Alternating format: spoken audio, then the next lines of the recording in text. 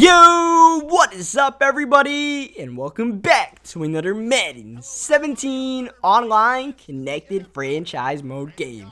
Today, we have a Week 4 NFC West rivalry matchup. The Arizona Cardinals come into Seattle to face the Seahawks. The Cardinals are off to a hot start early, 3-0 record. The Seahawks, meanwhile, have a 2-1 record. And you guys are probably wondering where that one loss came from, because the last time you guys heard from the Seahawks, we had won in Week 2 against the Detroit Lions. Well, our Week 3 game against the San Francisco 49ers, I was not in town to even attempt to play that game, so we ended up getting a forced loss for that one. So that's what we got, our first loss technically against an NFC West opponent in the Primetime Football League, and now we have to rebound quickly in this matchup against the Cardinals to try to take control of the NFC West as we've done for the past 2 years. As he runs a fake with the fullback, he's going backward, and that's going to be stuffed. A turnover on downs, and basically an unforced error, giving us some great field position to start off this drive. And that's going to be an incomplete pass to Doug Baldwin as Blackshear taking the carry up the middle. Blackshear had that big game against the Detroit Lions, trying to replicate that third down. Wilson finding Gavin Escobar for the first down. The backup tight end on the catch as we move into the red zone, where we love to hit Jimmy Graham, but he's covered. But Russell Wilson has the option to leave the pocket with that mobility as we run with Blackshear. Good second effort right there. Almost gets the first, but does not. Third down and inches to Niles Davis. Straight up the middle. He could have walked in for that one. The Red Seas parted, and we got ourselves the first touchdown of the game as Patrick Peterson is big hit on that kick return. David Johnson trying to run this football, trying to get all rough and tough. And you guys know the Cardinals wouldn't have a chance to win this game. David Johnson is definitely going to be a primary feature player in the running game and the receiving game, because he's just that much of a versatile player. You see him trying to break every tackle possible, only gets a gain of 1 on the play. Tyrod Taylor is the QB of the Cardinals on 2nd down and 9. Got some time downfield and intercepted. What a play by Richard Sherman, the all-pro cornerback, coming across the field to get that INT. And once again, turnovers by the Cardinals. Here's Walden on the screen. Oh, Tyrann Mathieu lit up his day, forces the fumble. Cardinals on top of it, and they're practically in the red zone running the ball, and this will officially put them in the red zone as 2nd down and 6 upcoming end of the first quarter. Tyrod Taylor gonna bring up a goal to go situation, handing off the ball to David Johnson, trying to tie this game up. Takes it to the 3-yard line. Next play, Tyrod looking to pass, throws it in the back of the end zone. Flag on the play, and it's holding. We're gonna accept that. 2nd down and goal now at the 13-yard line for the Cardinals, and it's intercepted by Bogle, forcing the pass in the middle, and Bogle's on top of it, and no points for the Cardinals after forcing that turnover. And that is the early difference in this game as Wilson leaves the pocket. Points off of turnovers. 2nd down and 6. Wilson. Oh my goodness. That is all Jimmy Graham right there as we move the chains. Next play, Niles Davis finding a lane. Davis running into his own teammate and still going. Davis the 20, the 10, and Niles Davis breaks off a big one for his 2nd rushing touchdown early on in this one. And man, oh man, that is not something you see often from the Seahawks in previous years, long rushing touchdowns. But this year, we seem to be breaking off a couple of those. You guys saw Blackshear getting jiggy-wooted against the Lions, and now Niles Davis is doing some of that himself as that pass is incomplete. So we're starting to get some more diversified passing attack. And then, you know, this defense is locked down. It's same year, or different year, same story. Still got the Legion of Boom out there forcing incompletions as Lockett returning the ball to the 37-yard line, and the offense comes back on the field with all the momentum in the world, hitting Jimmy Graham in the flats for a gain of a couple. Next play, passing again, Wilson in the flats again to CJ Procise, and gonna get a couple of yards one more time. 3rd down, pitching to Niles Davis, unfortunately trying to run the same play that got us the touchdown on the previous drive. Did not work, forcing a John Ryan punt. This is a big game early on in the season. You don't want to, put too much emphasis on a week 4 matchup, but in a division rivalry game against a team that is 3-0, we can't let them go 4-0 and have ourselves fall down to 2-2. We have to try to establish ourselves as the kings of the division like we've done the past 2 years. That rush actually doesn't get a first down. 3rd down, it's play action. Johnson now with the carry, but Johnson out the backfield with the catch. Like I mentioned, David Johnson, one of the most versatile players in the NFL, showcasing his stuff as Floyd gets the catch but pays the price. 2nd down and 6 after the 2-minute warning. Tyrod Taylor rolling out with that mobility he's known for. Head first, gets the first down on the rush. Minute 17 left now, trying to get some points on the board for the Cardinals. Taylor, head first again. Got to be careful with those, because those will be a fumble eventually. Minute left now. Tyrod Taylor, 2nd down and 3. Buying some time, but, oh, he might have needed an extra second. That's an incomplete pass. 3rd down and 3. Taylor under pressure, gets it off for the first down, and now at the 10-yard line, the Cardinals trying to chop this lead in half with a TD. Not on that play, though. Tyrod Taylor throws it away. They can't get a first down without getting a touchdown. You guys see that yellow line? David Johnson trying to break it. Oh, he almost did. Gets 5 yards. 3rd down. Tyrod. Oh, that's dangerous, and that's probably illegal forward passing, and it is on Tyrod Taylor. Stepping up across the line of scrimmage, has this field goal on 4th down is no good. With 13 seconds left, the Cardinals are still getting shut out, and they really have no one to blame but themselves. 2 blown red zone opportunities to score anything, and that 4th down trip, you gotta think that illegal forward passing might have had something to do with that missed field goal. If he has those extra 5 yards, he hit the upright there. He might have not hit the upright. Might have been able to, just skate it in the middle right there. But instead, he still has 0 points on the board. And we get ball coming out of half right here. So a chance to get some momentum. 2nd down. Russell Wilson hasn't really passed the ball too much, as you guys see. 6 for 7. Now 7 for 8. Jimmy Graham also been silent in this game. But these two get going like they've done early on this season. Dangerous combination downfield. This is for Graham. Loaded up, and nearly it should have been intercepted. That was an accident. I tried to throw the ball away. I have no idea how to went to Jimmy Graham. I hit like 5 buttons at once, probably panicking. Now it's 3rd down and 10. After that play goes nowhere. Wilson, he's going somewhere, but it's not the right way. Chandler Jones off the edge getting the sack, and the Cardinals defense starting to package a couple of stops together to buy their offense some time to get back into this game. Martellus Bennett getting tough. Bennett was signed in the offseason to be a new member of the Arizona Cardinals, and there he is on the outside, having a big impact early on in this 3rd quarter. David Johnson with the handoff, avoiding a tackler and getting a gain of about 8.5. Play action looking. That's Bennett. Not able to get the catch though at the backfield. Big 3rd down and 2. Tyrod Taylor out of 5 wide. Looking, finding his man, middle of the field. He took a big hit but got the first down. One name you will not see on the field today as that pass is swatted away is Larry Fitzgerald. A staple of the Cardinals franchise for the past decade plus, was not re-signed in the offseason, so you will not be catching passes. Frank Clark with the big sack knocks the Cardinals out of field goal range. 3rd down and forever. That's a catch,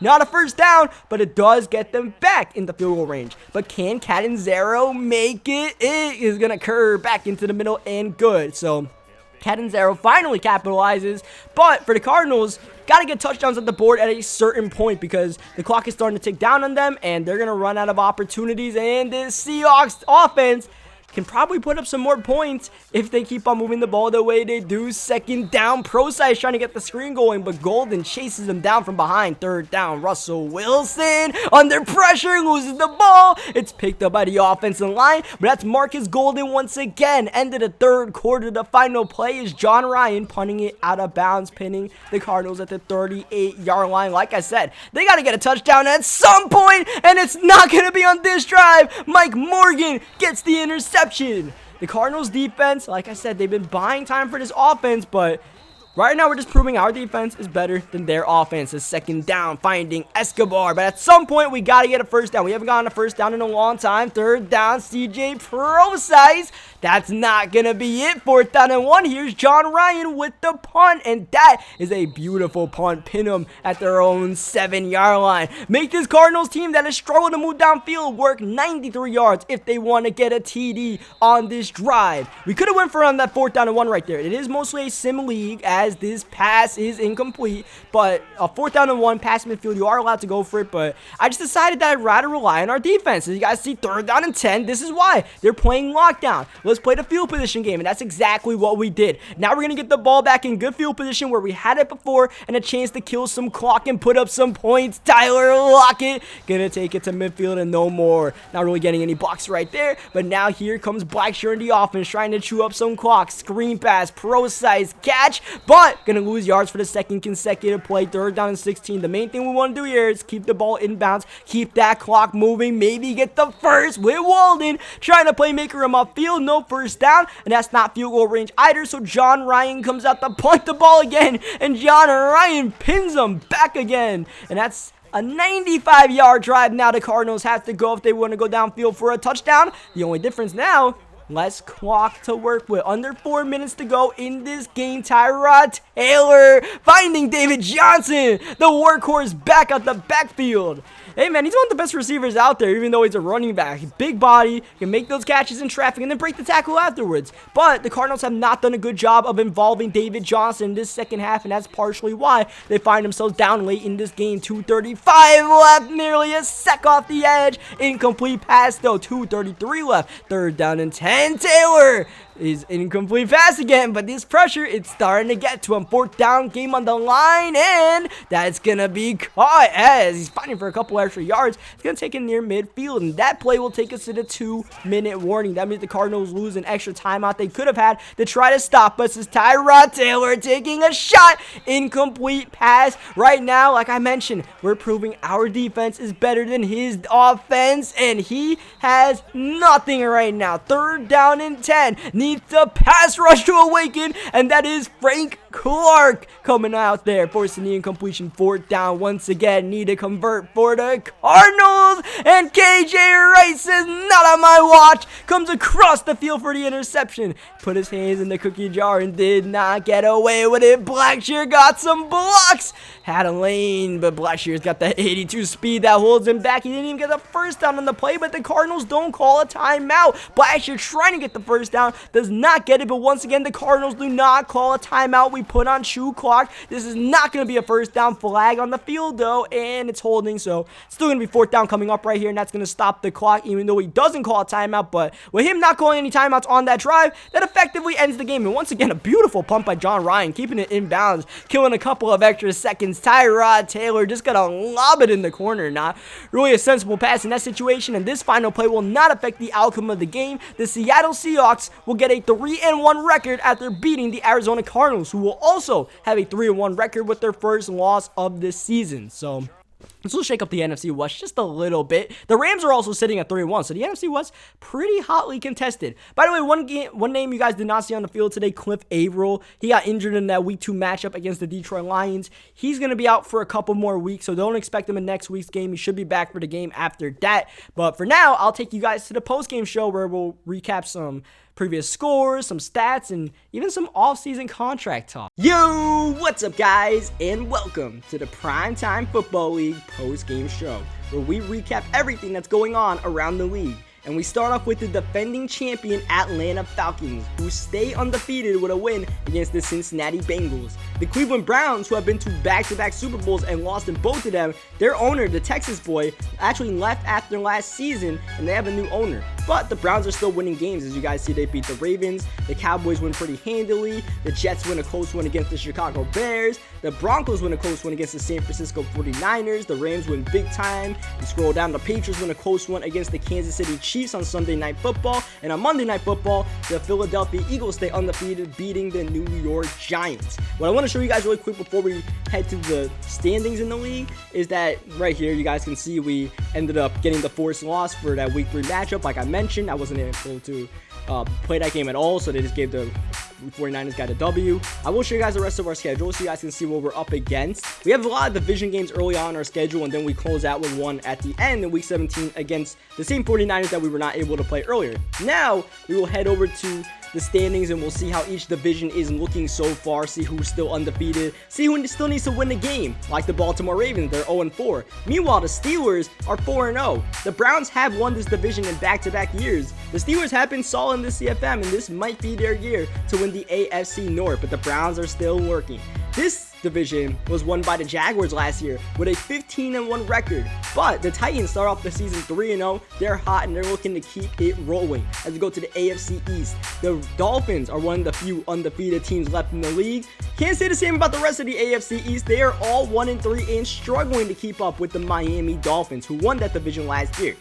The AFC West, which seems to be a mixed bag. You never know what to expect from this division. Teams are not really too consistent. The Chiefs right now are 3-1. You guys saw they lost their first game of the season against the Patriots, but they're still on top of their division. The Browns, Raiders, and Chargers all struggle to find some sort of consistency early on in this season. This NFC North was terrible last season. There's no denying it. And it looks like once again this year, there's no clear-cut favorite to win this division. The Lions are on top at 2-2, and it might just be about who can get over 500.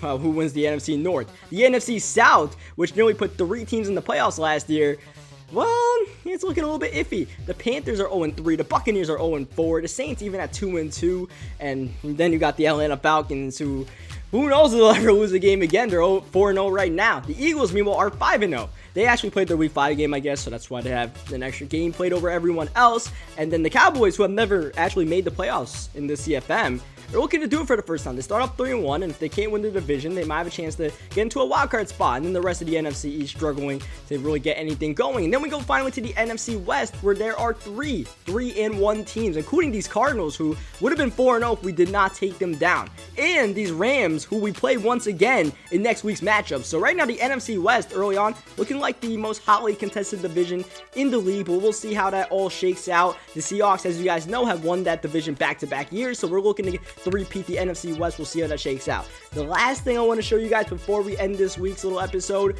is what is going on in free agency, because you guys know the Seahawks have a lot of great players, but look how many of these guys are about to hit free agency in the offseason. This is crazy. A lot of franchise centerpieces are about to try to get some big bucks, and a lot of these guys are in that 29 to 31 year old range where you're really hesitant on giving these guys the big bucks. Like Sherman, he might slow down.